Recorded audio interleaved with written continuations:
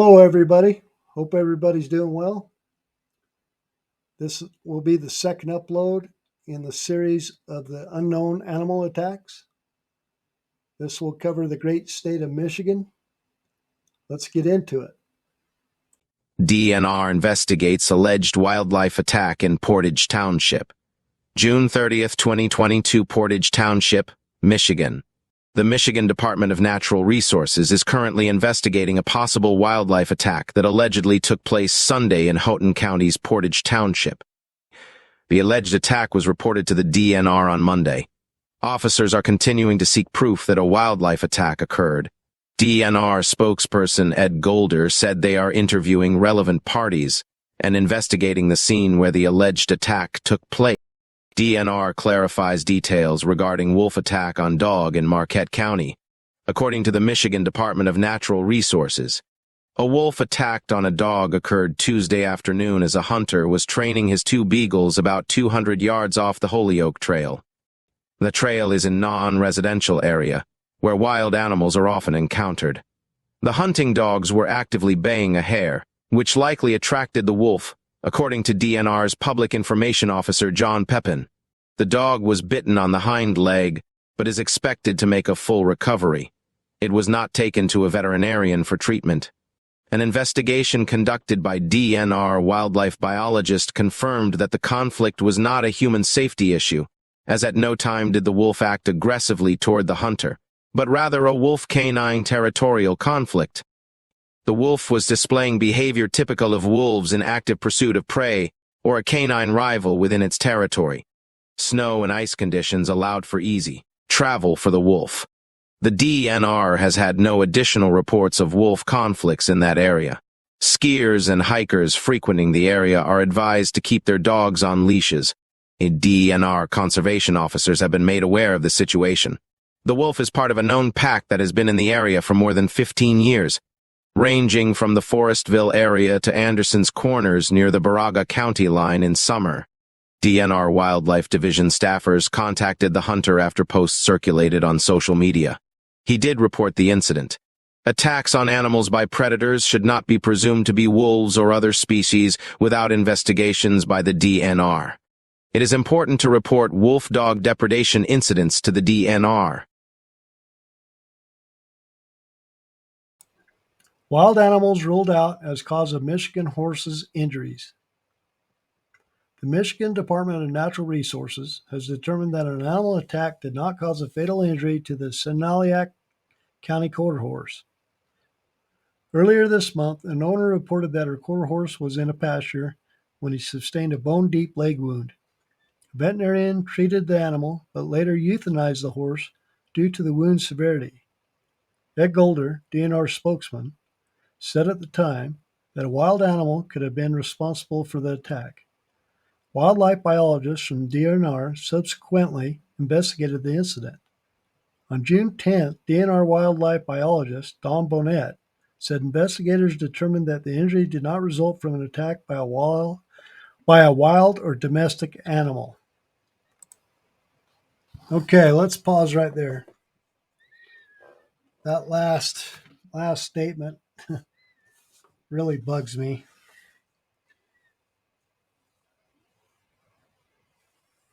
And I wasn't there, don't really know the circumstances, but it's really convenient for them to come back and determine that the injury did not result from an attack by a wild or domestic animal. To me, that throws up a red flag. That means they don't know what hurt the horse, injured the horse, or maybe they do know what injured the horse, but they don't want the public to know. So keep that in mind. Like I said, I wasn't there, you weren't there, nobody knows, but way too often that kind of reporting occurs.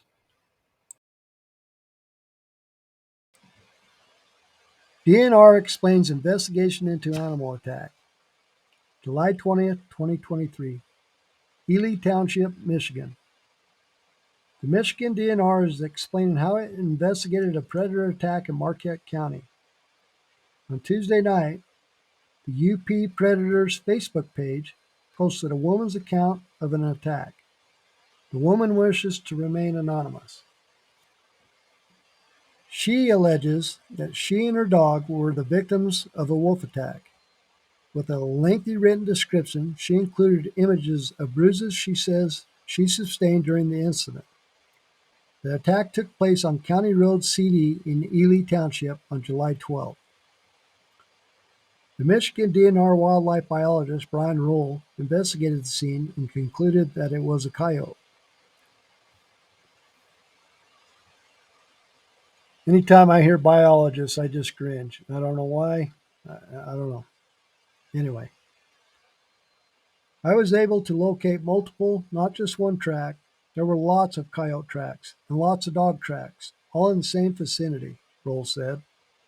You could actually see where the scuffle happened because there were multiple tracks in different directions, and the way the tracks were pushed out in the gravel area.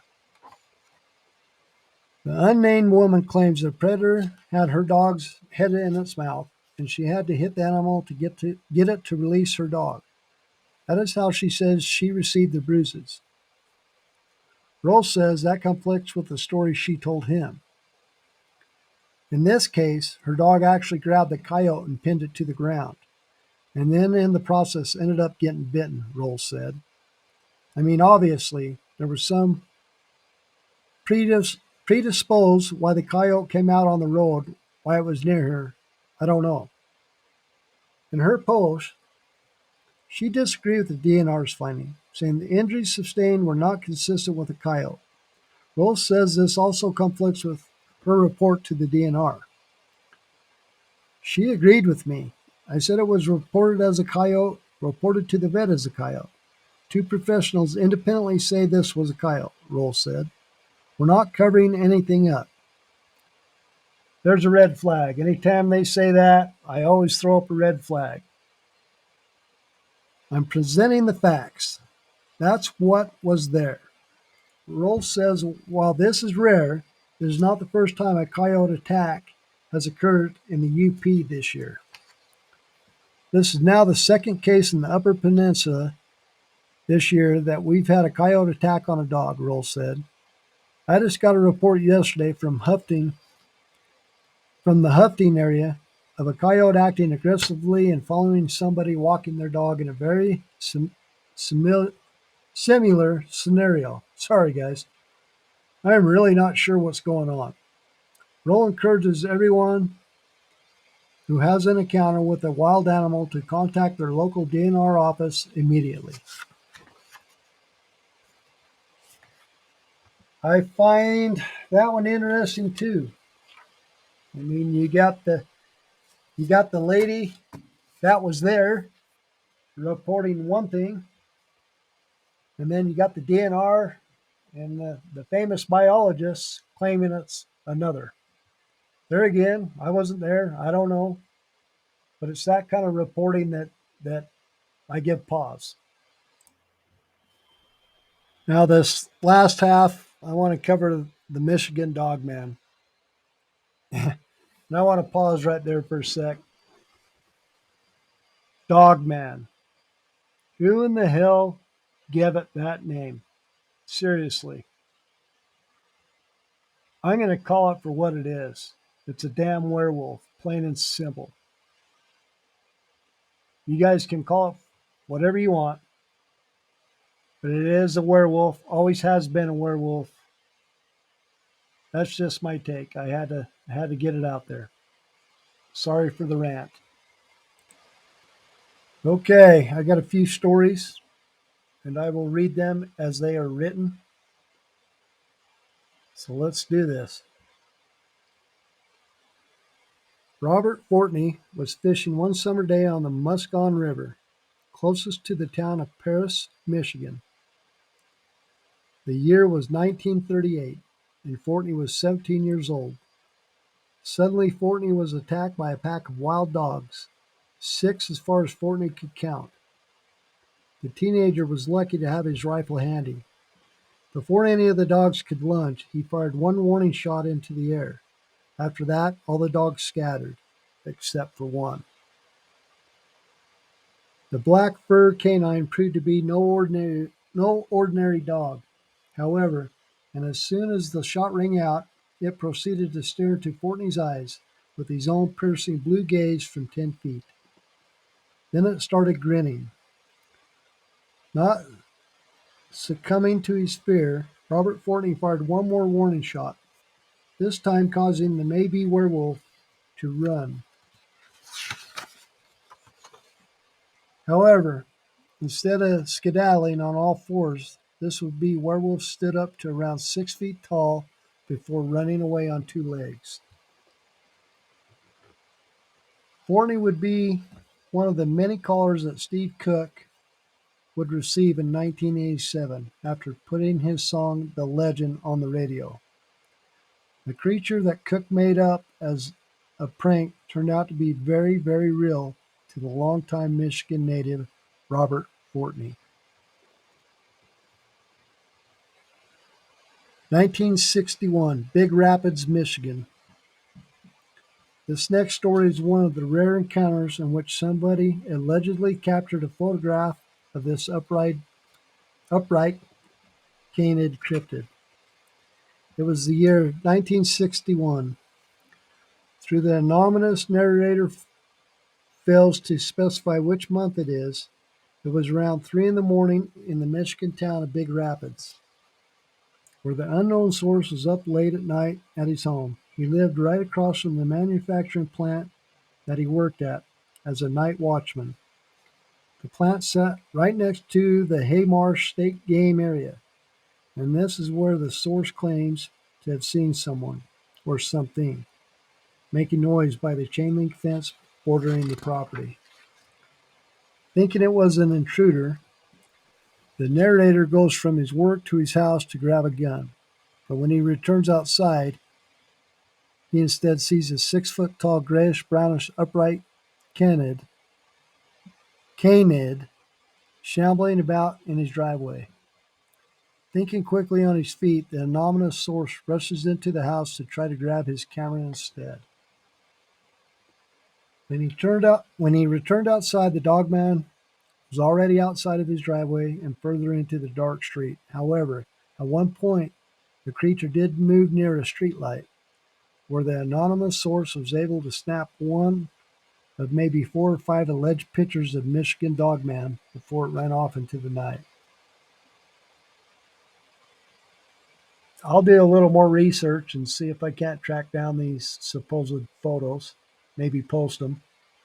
Kind of curious. 1988, Alto and Lowell, Michigan. This story is remarkable in much as it details a man who claims that the dogman has followed him since he was young, with 2 separate encounters spanning 20 years apart. The first one takes place in 1988 in Alto, Michigan. I hope I'm saying these towns right. After all, I'm from Utah. 1988 in Alto, Michigan, just southeast of the city of Grand Rapids. The anonymous source in elementary school at the time was playing during recess. Around 10 in the morning, he decided to run out into the woods adjacent to the elementary school playground to hide and also cheat in the game of war. He made his way to the river by some train tracks when he heard a huge splash and witnessed a dark furred dogman bolt into the woods, switching between 2 and 4 legs to run before it disappeared. At this point, the narrator ran straight home to his bed, keeping silent about his sighting until adulthood.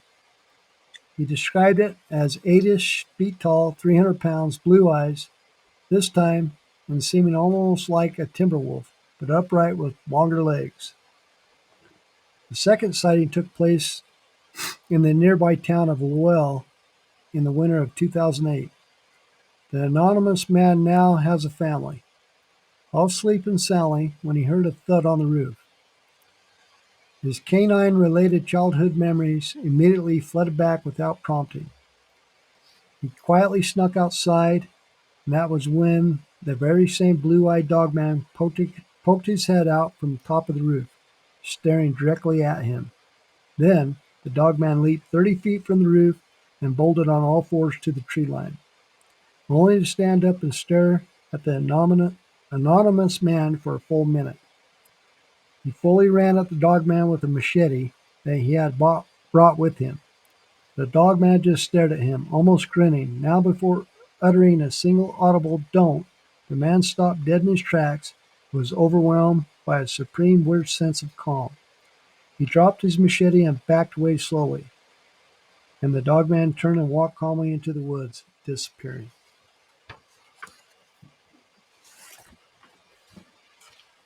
What do you guys think about that one?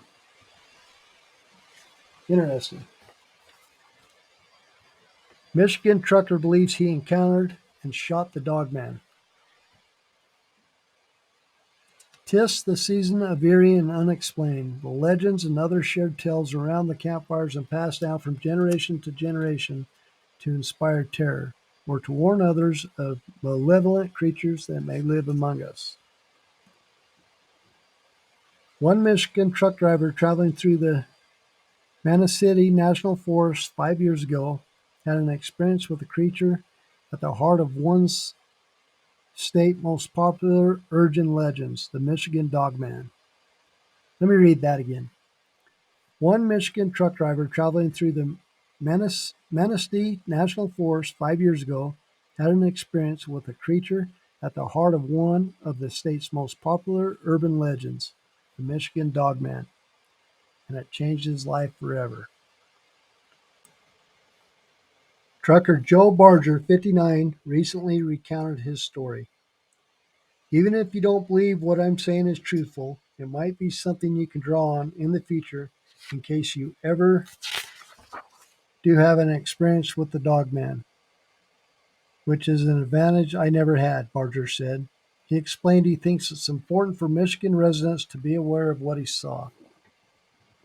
Barger, a 6-year Army veteran, was transporting a 43,000-pound load of paper from a mill in northern Michigan through the forest on his typical route when he encountered the Dogman on an evening in June. He said he had never heard of the cryptid before the incident, which took place within 15-20 seconds at most. I would swear as a Christian on the Bible that this is all 100% factual truth, Barger said. Leading up to the encounter, Barger realized while driving he had an air leak. Wanting to fix it before he got too far into the forest, he stopped to look at it. He found the air leak by the back brake chamber on the trailer. With the materials to fix it, Barger positioned himself underneath the trailer and began to get a bad feeling. I was hearing vocalizations that wasn't natural, Barger said. It wasn't a sound I had ever heard before. I was looking around and I saw some shadowing in the woodline, but there was plenty of light to see. It was nowhere near getting dark yet. I was in bear country, so I perceived the shadowing to be a black bear at the time. When he realized he could be near a black bear, Barger got back into the truck and checked out the air, which was good to go. It held and took me not even 5 minutes to fix, Barger said. The woods continued to give Barger a bad feeling, but he thought everything was normal until he started driving again. He checked his driver's side mirror for any traffic on the 2-lane road at the bottom of the hill. There was no traffic. As he started going up the hill and looked in his right-hand mirror, he saw it was darker than it should be. There was a wolf head the size of my window, and my windows were down, Barger said. He was trotting along next to me. I was doing about 20 to 25 miles an hour at that point. He was stooping down on 2 legs looking down inside my cabin. I'm 9 feet tall in my seat. His hands were coming up scratching my windowsill. On my door handle, I could hear his claws. That's creepy. That would be creepy. Time slowed down, Barger continued. I thought I was like in an alternative reality or something. because a creature like this don't exist in reality. Barger continued, I have heard of Bigfoot, and I know those to be something that is talked about. That is talked about. This is a whole different thing altogether. Bigfoot has nothing on the Dogman, according to Barger. It has a lot of sharp teeth, and the teeth on this thing were like brilliant white, Barger said. 3-inch long fangs, bottom to top, pure black pointed ears. Had yellow eyes with human like hands, probably 14 inches across. I was at least 10 feet tall, 10 feet tall from how it was stooping into my cabin. His yellow eyes were darting all over the place and looking at me. How this creature looked was mad and determined to get into me. Barger continued. He was sneering. He wasn't making any noises vocally, but the looks he was giving me and the intelligence in his eyes was telling me, I'm here to get you and there's nothing you can do about it. Barger thought about trying to roll up the window, but he decided to focus on keeping the truck on the road. That is when he remembered his handgun. Barger pulled his .45 Colt strapped to his waist and took 2 shots at the creature. He instantly went down, Barger said. I was looking at him as he was sliding into the weeds. I was at almost point-blank range, so I'm pretty sure I got him through the eye orbit. His head was huge. Everything on this animal was black, except his teeth and his eyes. I wasn't really panicked, but the scaredness, let me read that again. I wasn't really panicked, but it is the scaredness I had ever been in my life. Barger, assuming the creature to be dead, wanted to turn around and check out the carnage to make sure he didn't lose his mind. About a mile up the road, he found a large enough spot to turn his rig around. I wanted to make sure I killed it, he said. I wanted to know more about what just occurred. As Barger was coming back down the hill, at most 5 minutes after shooting it, it was gone. In its place was a Jeep and 2 people. Barger said he was concerned about the people being somewhere potentially dangerous, so he stopped to talk to them. They gave me a story that they were watching a few bears fighting each other. I was worried about them being outside with what had just happened, but I didn't want to let them know what I had just done, so I left. Barger thinks it's because the other people claim to have seen 2 bears and that maybe there could be more dogmen in the area besides the one he shot. I was really in shock for a good while, Barger said. I was still driving the truck and I didn't even know how I got back. I shouldn't have been driving the truck in this state of mind, but I wasn't going to stay around or park anywhere near there. It was the most terrifying thing I thought anybody could go through, worse than even any combat situation, because at least you know what you're dealing with there. Barger had nightmares for 6 months to a year on and off. The nightmares got less prevalent as time went on, and he doesn't deal with them anymore. I'm in a lot better shape now, and I thought it was important to get this information out. That's why my story's out there now. It just took me this long to get with the right people that I know have my back. Additionally, Barger claims the federal government is keeping the existence of Dogman quiet. After I got better from my nightmares, I had a family member tell me I should get this out to the public, Barger said. So I talked to one podcaster that is popular in the cryptid space. I didn't want to be out there publicly, so he took notes and narrated my story about 4 years ago. 3 months later, Barger said he was detained at a scale house by state police to wait for federal authorities. When the federal authorities first showed up, they were very intimidating and angry, he said. I didn't know what was going on. They said you killed one of our assets, and this is how things are going to go down. Barger knew the only thing he killed in the last year was the creature. This this was their property, and they were mad that I had killed it, and they were trying to get me to stop talking about it. They probably knew who I was from the narration story. Barger said the federal authorities threatened him, confiscated his gun, and shut his bank account off for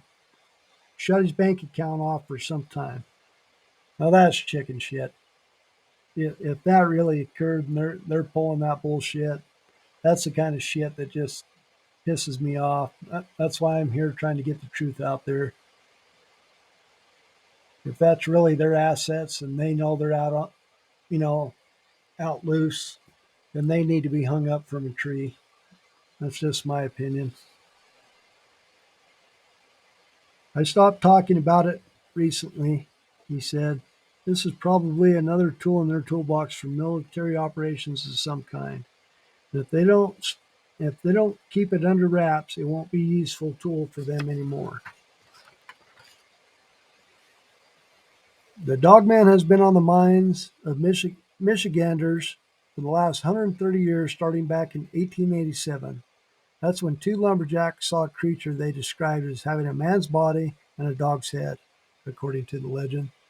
The dogman appears to humans in a 10-year cycle that falls on years ending in number 7, according to Michigan History Center. Barger's encounter happened in 2017. Well, there you go. Before I leave, I want to leave you with this. When the world isn't the same as our minds believe, then we are in a nightmare. Well, good night. Until next time, thanks for listening.